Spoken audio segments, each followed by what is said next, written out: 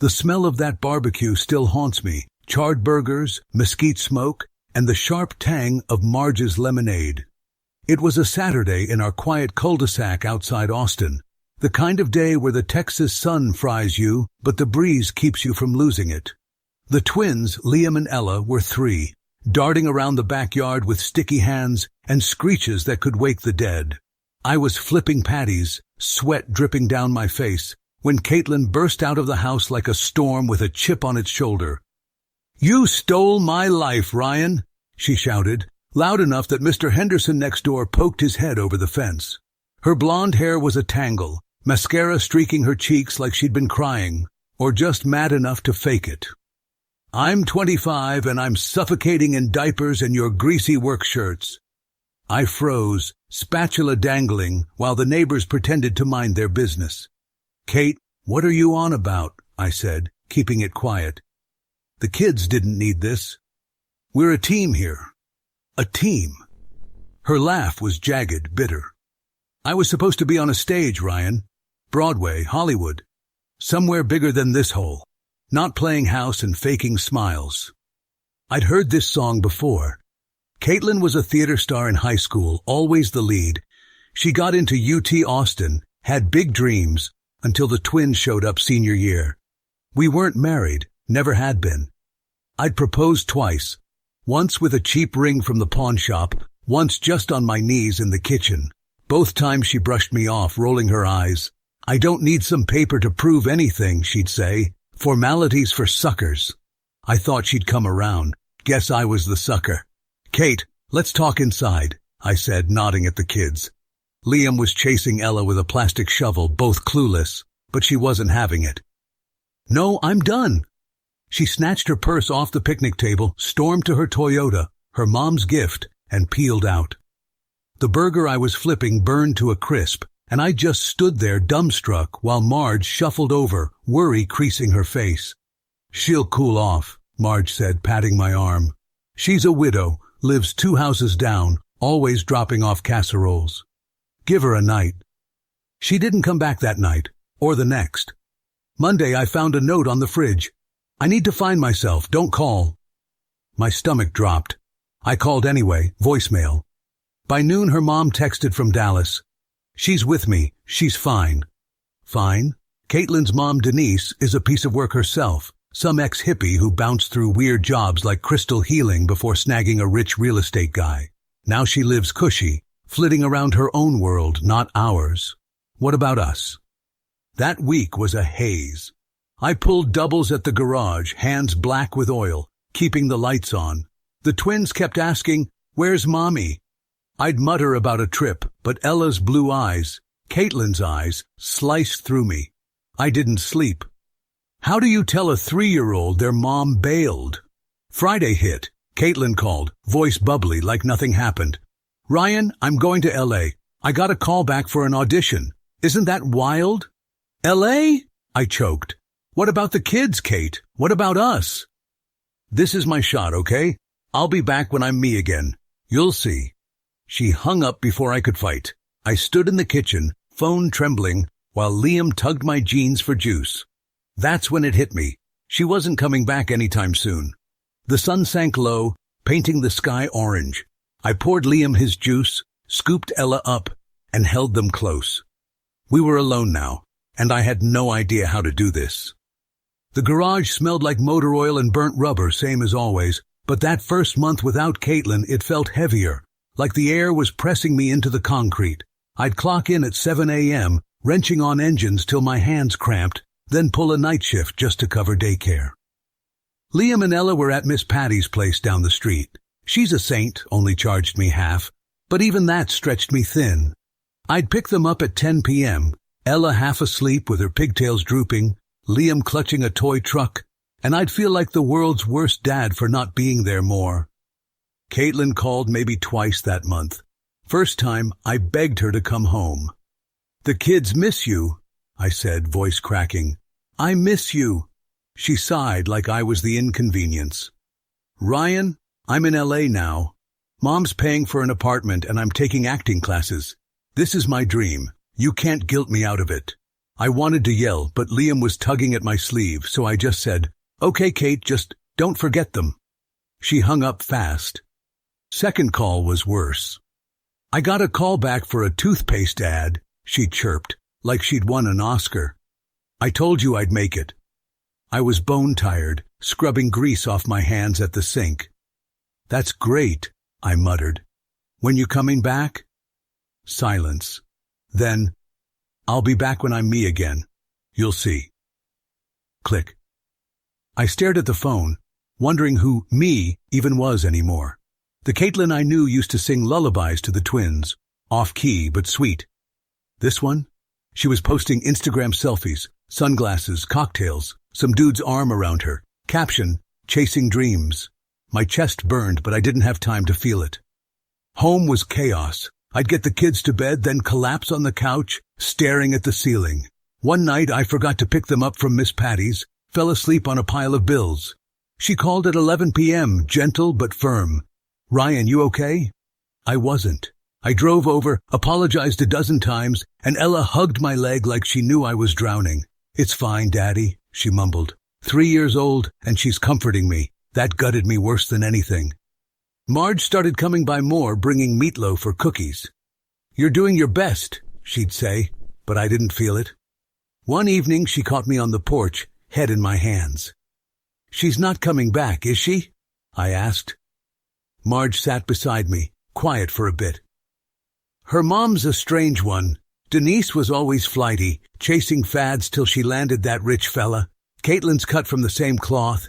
But you're solid, Ryan. Those kids need solid." I nodded, throat tight. Solid didn't pay the bills or fix the hole Caitlin left. Then the mail came. A letter from some L.A. lawyer. Denise's money at work, I guessed. Caitlin was taking a break from family obligations. No mention of the twins, no plan to return. I crumpled it, tossed it in the trash, and grabbed my phone. "Kate, you can't just vanish," I said to her voicemail. "They're your kids, too." No response. That night, Liam woke up crying, asking for Mommy. I held him till he fell asleep, his little fists clenched against my shirt. I wasn't enough, but I had to be. Outside, the crickets hummed. I looked at the stars, wondering how I'd keep us together. Caitlin was gone, really gone, and I was all they had left. 6 months in, and I was running on fumes. The garage was my lifeline, oil-stained hands, and overtime kept the fridge stocked. But every night I'd come home to Liam and Ella's questions. "Where's Mommy?" Ella'd ask, twirling a pigtail. I'd lie through my teeth. "She's on a big adventure." But the truth was rotting in my gut. Caitlin wasn't adventuring. She was partying in L.A., then New York, posting pics with glittery drinks and strangers. Living my best life, she called it. Meanwhile, I was scraping by, praying the twins didn't notice how hollow I felt. Marge kept me sane. She'd bring over lasagna, sit with the kids while I showered off the day. One night she handed me a coffee and said, "Ryan, you gotta protect them. She's not coming back, not the way you hope." I knew she was right. Caitlin's calls had stopped. Last I heard, she'd texted a mutual friend about crashing Fashion Week. No word about the twins. That's when I decided I couldn't wait for her to wake up. I had to draw a line. I wasn't just going to hope for custody. I needed it legal, locked down.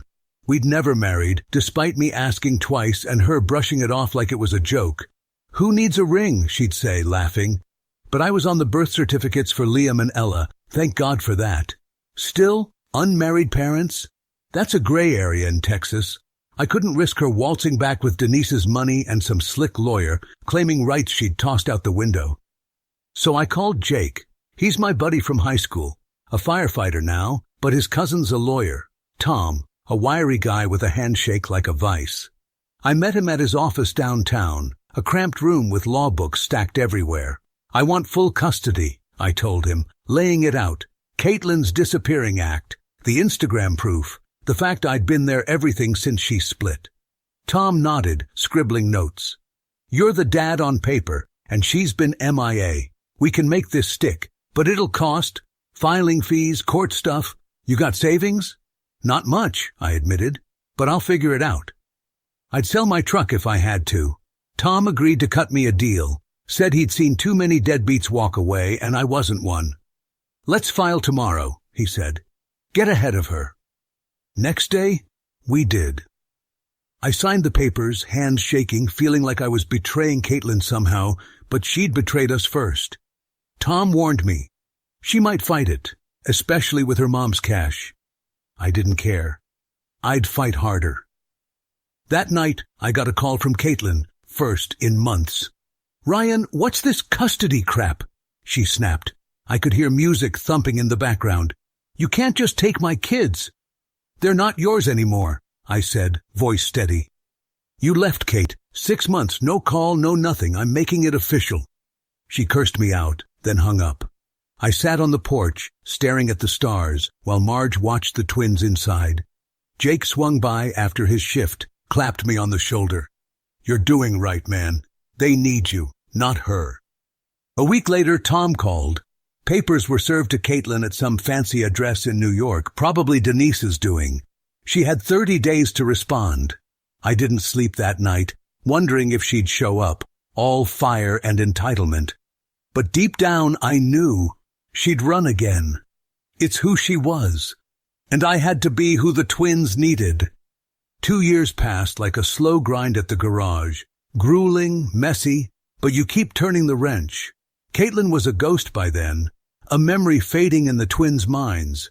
Liam and Ella were 5 now, all energy and questions, their blue eyes, hers, haunting me every time they asked about her.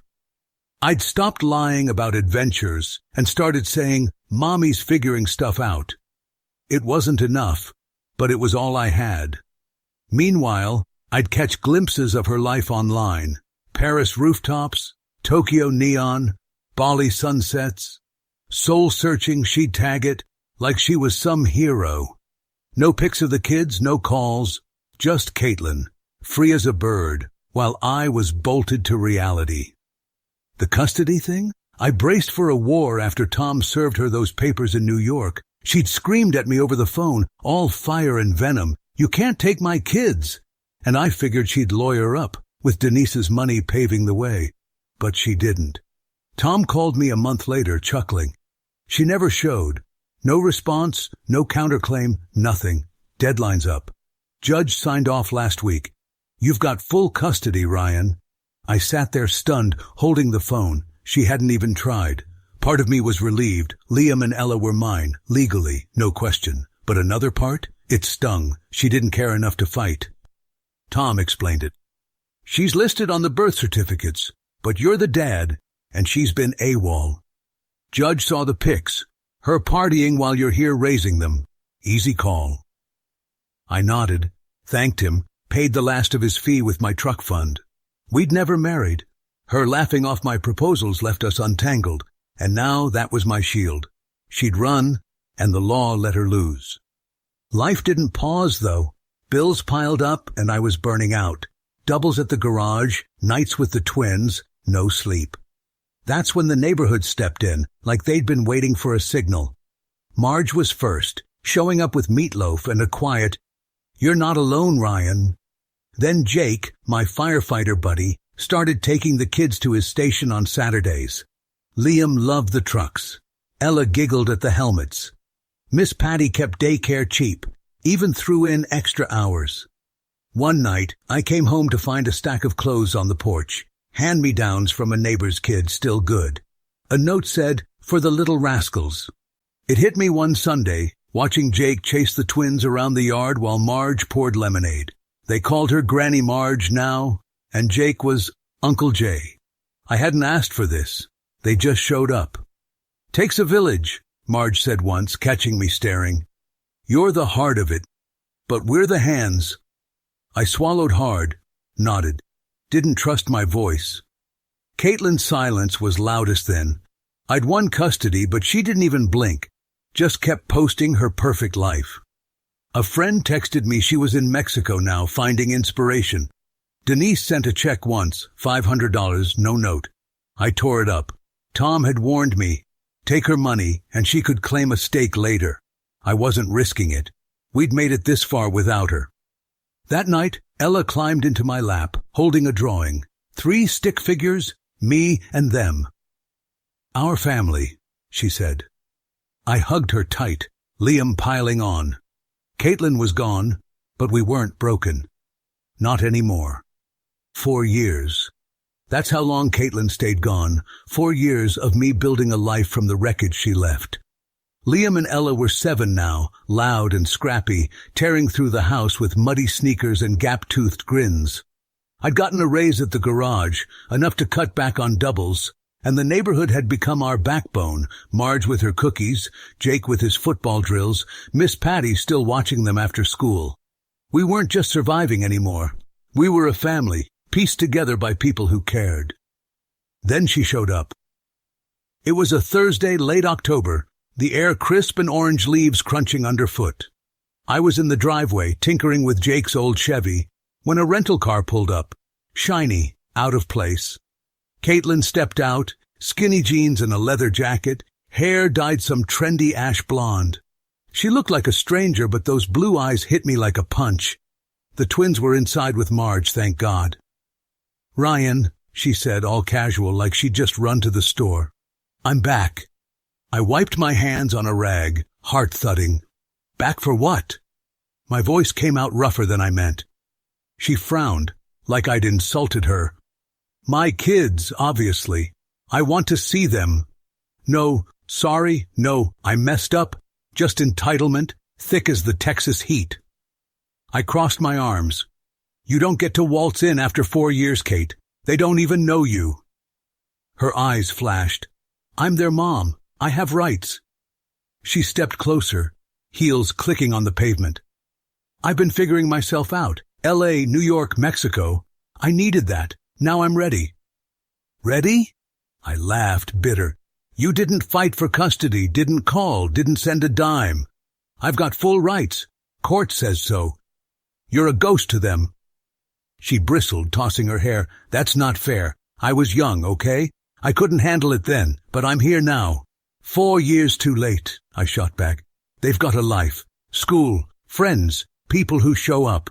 You don't get to disrupt that 'cause you're bored." She glared, then stormed up to the porch, banging on the door. "Liam! Ella! It's Mommy!" I grabbed her arm, gentle but firm, and pulled her back. "Don't," I said. "You'll scare them." Marge opened the door, eyes wide, twins peeking behind her. "Who's that?" Ella whispered. Caitlin froze, then turned on me, furious. "You turned them against me." "No, you did that," I said, voice low. "Go, Kate. This isn't your place anymore." She didn't leave quiet. She yelled, right there in the yard, called me controlling, selfish, everything she'd always flung when cornered. Jake pulled up mid-tirade, saw the scene, and hopped out. "Everything okay, man?" he asked, eyeing her. Neighbors started gawking, Mr. Henderson with his rake, some teens filming on their phones. Caitlin noticed, ramped it up. "He's keeping my babies from me," she screeched, tears on cue. I shook my head. "You left, Kate. 4 years. They're not yours to claim." Jake stepped between us, calm but solid. "Ma'am, maybe you should go." She huffed, stormed to her car, and peeled out, same as always. That night, the video hit Facebook. "Crazy Lady versus Mechanic Dad," they called it. Comments piled up. Folks I didn't even know, siding with me. "Deadbeat mom," they said. "Poor kids." Marge made tea, sat me down. "She'll try again," she warned. "Be ready." I nodded, watching Liam and Ella sleep later, curled up together. She could scream all she wanted. This was our home. Caitlin didn't slink away after her driveway meltdown. Nope, she doubled down. A week later I got a letter. Fancy letterhead. Some Dallas law firm Denise must have bankrolled. She was suing for custody, claiming parental alienation and emotional distress. I laughed at first. Alienation? She'd alienated herself for 4 years, but Tom, my lawyer, wasn't laughing. "She's got money behind her," he said, flipping through the papers. "We fight this smart, Ryan." I didn't have her cash, but I had proof. Screenshots of her Instagram, years of no contact, the custody order. Tom built the case. I'd raised Liam and Ella alone since they were 3, with her name nowhere but the birth certificates. She'd skipped the first fight, lost by default. Now she wanted a redo?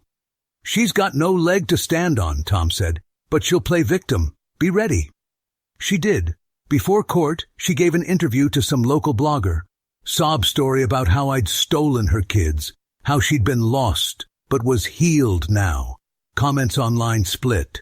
Some bought her tears, others called her out. That video from the driveway didn't help her. It was still floating around, showing her yelling while I stayed calm. I didn't care what strangers thought. I cared about the twins. Court day came, a gray November morning. I wore my one good shirt, ironed by Marge, and sat beside Tom in a stuffy courtroom. Caitlin strutted in, designer coat, heels, hair perfect, like this was her stage. Her lawyer, a slick guy with too much cologne, painted me as the bad guy. Controlling, spiteful, keeping her from her babies. She dabbed her eyes, muttering about L.A. being a journey to find herself. I clenched my jaw so hard it ached. Tom went next. He laid it out. No calls, no money, no visits. She abandoned them, he said, sliding her party pics across the table, timestamps from when Ella had pneumonia, Liam broke his arm. The judge, an older woman with sharp eyes, flipped through them, unimpressed. Caitlin squirmed, then whispered to her lawyer. He tried a new angle. She's stable now, ready to co-parent. Stable? Tom shot back. She's been gone 4 years, Your Honor. Mr. Harris has been their everything. Sole provider, sole parent. He called Marge up. Granny Marge, nervous but steady. Ryan's a rock, she said. That girl left, and we all stepped in. Me, Jake, the neighbors. Those kids don't even know her. Jake went next, firefighter uniform crisp, telling how he'd taught Liam to throw a spiral. Even Miss Patty testified, voice soft. They call me Aunt Patty. Ryan's their world. Caitlin's turn came. She rambled. L.A., Mexico, some teaching gig in Costa Rica. I needed to grow, she said, voice cracking. I deserve a chance. The judge cut in. You had chances, Ms. Wheeler. 4 years of them. Verdict dropped fast. My custody stayed full.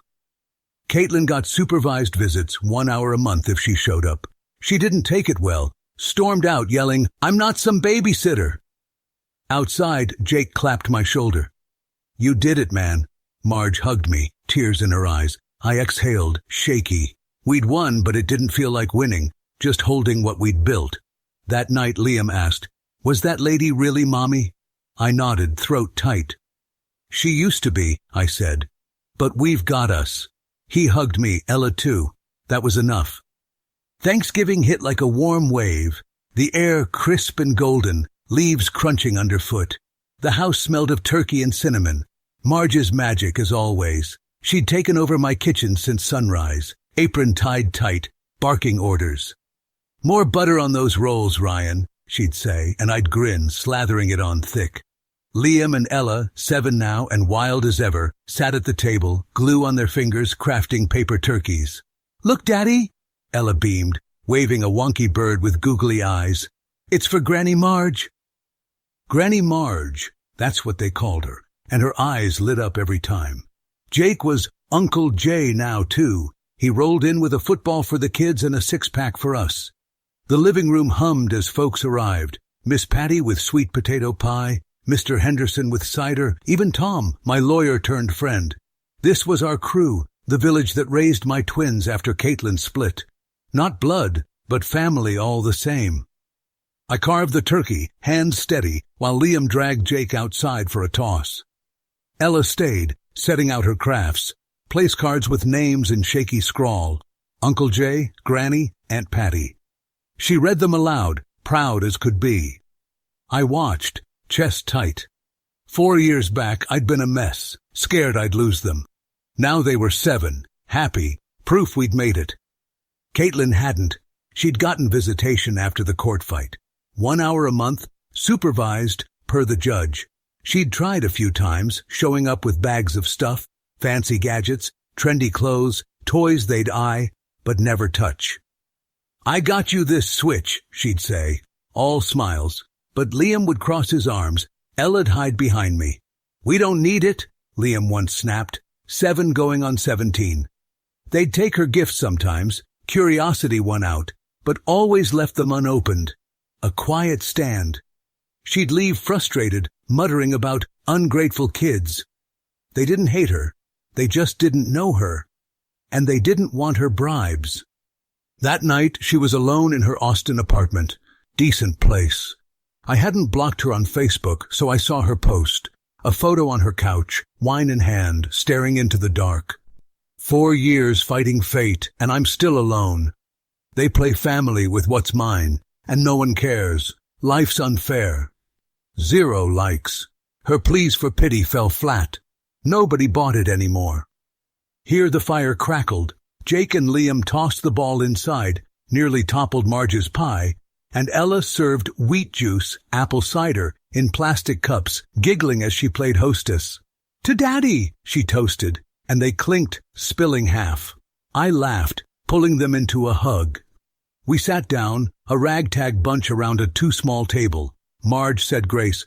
"For this home, these kids, this love, thank you." Jake raised his beer. "To Ryan, the glue." Laughter rang out, and I shook my head, face warm. The twins shoveled mashed potatoes, gravy dripping. It was loud, messy, ours. Caitlin's place stayed dark. She'd refreshed that post, I bet, waiting for a nod that wouldn't come. She'd chased her spotlight, landed in shadows. Me? I'd found mine. 2 kids, a crowded table, a family we'd forged. Outside, stars gleamed over Austin. Inside, we were whole. If you enjoyed the story, please subscribe to the channel. I wish you a great mood and good luck.